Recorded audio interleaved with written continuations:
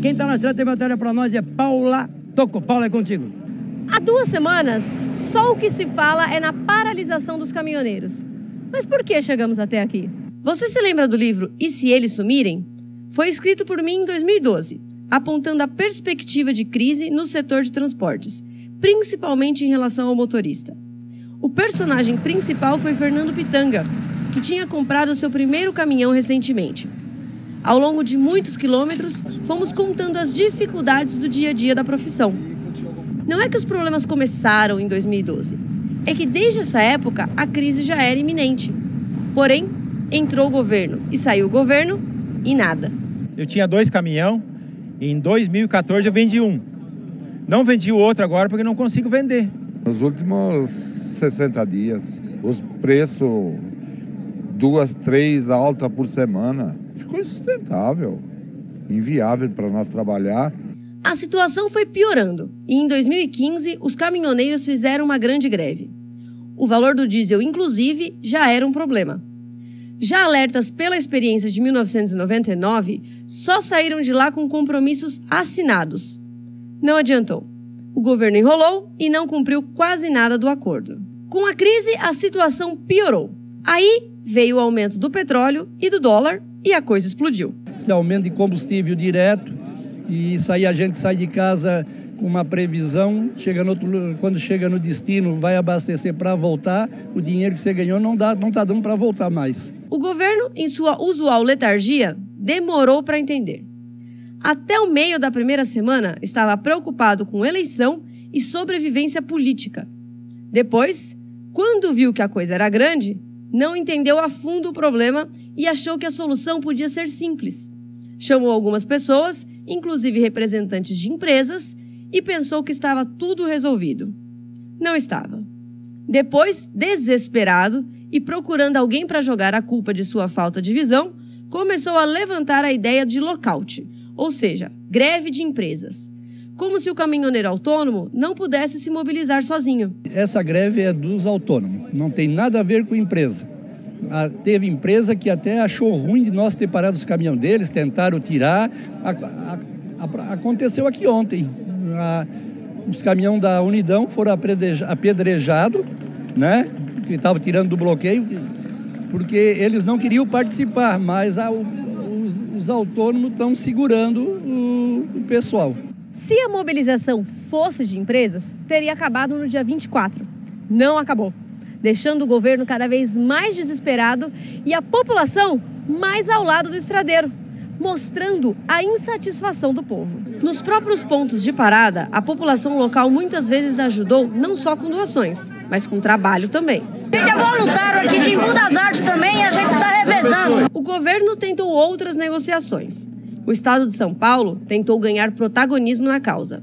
O jogo político entre as duas instâncias também apareceu. Enquanto o Planalto negava de tarde uma solução proposta em São Paulo, aceitava a mesma coisa de noite em Brasília.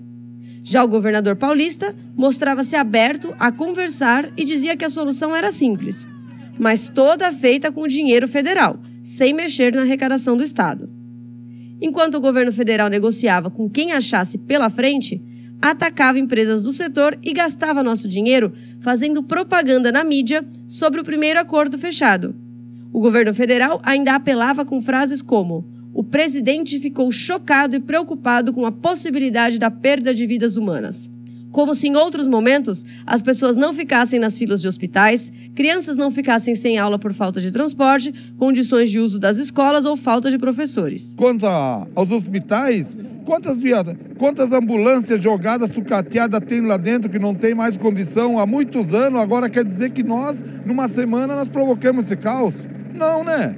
Outra estratégia do governo foi alardear à população que as medidas anunciadas para acabar a greve, que custariam em torno de 10 bilhões de reais, poderiam voltar em forma de novos impostos em outros setores. Como já mostramos anteriormente, falar em contenção de custos e cortes de privilégios nunca está na pauta do governo. Por exemplo, cada deputado tem R$ 92 mil por mês para gastar com pessoal.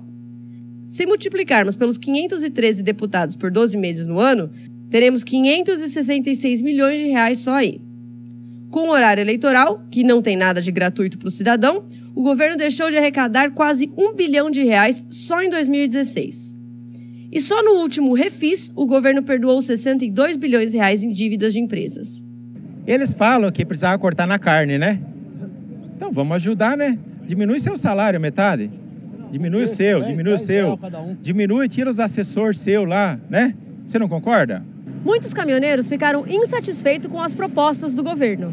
Não foi bom acordo, é pouco para nós. Para nós, para ficar bom, teria que ser R$ 2,50 o preço do óleo diesel.